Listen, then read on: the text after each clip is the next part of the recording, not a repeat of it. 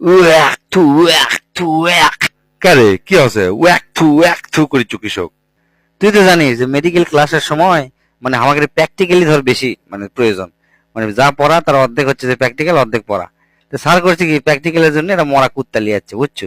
তো কুত্তা লিয়ে এসে করছে কি, স্যারই কুত্তার পিছন দিয়ে লোক ঢুকে দিছে, দিয়ে মানে যেমনি হাগে আর কি, ওই লোক ঢুকে দিয়ে সেই লোক আবার চুষিচ্ছে।